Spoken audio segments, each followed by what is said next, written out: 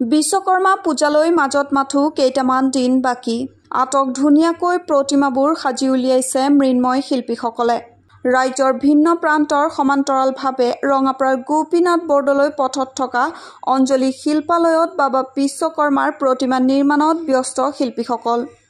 বিশ্ব খনিকৰ বিশ্বকৰ্মা পূজালৈ যিমানে দিন চমু চাপি আহিছে সিমানে বৃদ্ধি পাইছে মৃন্ময় শিল্পীসকলৰ ব্যস্ততা। যেন মূৰ দাঙি চাবলৈ সময় নাই। অঞ্জলি শিল্পালয়ত প্ৰতি বছৰে কলিকতাৰ পৰা অহা শিল্পীসকলে বিশ্বকৰ্মা, দুৰ্গা, কালী, লক্ষী, সৰস্বতীকে ধৰি বিভিন্ন দেৱ-দেৱীৰ প্ৰতিমাবোৰ নিৰ্মাণ কৰি আহিছে। বিশ্বকৰ্মা পূজালৈ মাজত কেইদিনমান বাকী থকাত মৃন্ময় মূৰ্তিত শেষ পৰাগ দিয়াত ব্যস্ত হৈ পৰিছে শিল্পীসকল।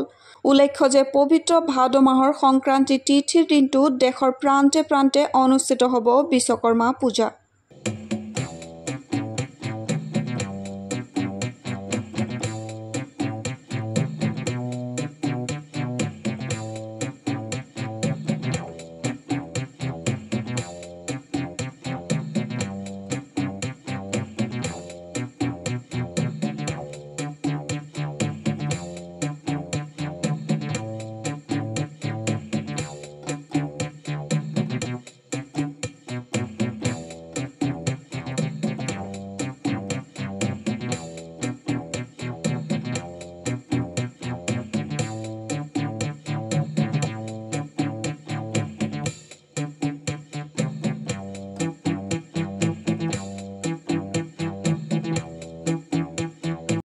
আমাৰ এইটো অঞ্জলি শিল্পালয় হয়।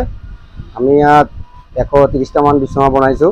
এইটো আমাৰ ভাল লাগি আছে, কাম কৰি আছোঁ। আকৌ কাষ্টমাৰ অৰ্ডাৰ দি আছে আৰু কেইদিনমান আছে দুৰ্গা পূজালৈ।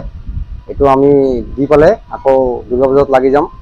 এইটো আমাৰ কাম কৰিব লাগিব। আমাৰ 8টামান মানুহ কাম কৰি আছোঁ ইয়াত। এই চলি আছোঁ, আকৌ ভাল লাগি আছে আমাৰ। আমি কাম দাম কৰি আছোঁ, কামটো কৰিবই লাগিব। সেয়ে আৰু বনাইছোঁ 120-30টামান বনাইছোঁ। আকৌ এইটো গন্তি কৰা নাই, মই অনুমানত কৈছোঁ। আকৌ 20-30টামান হৈছে, 120-30টামান হৈছে। আকৌ এতিয়া আমি ফিনিচিঙত কামত ব্যস্ত আছোঁ, কাম কৰি আছোঁ, সদায় কাম কৰি আছে, সকলোৱে মানুহ কাম কৰি আছে।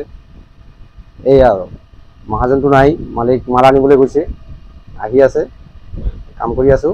এয়া news desk, news wide Assam.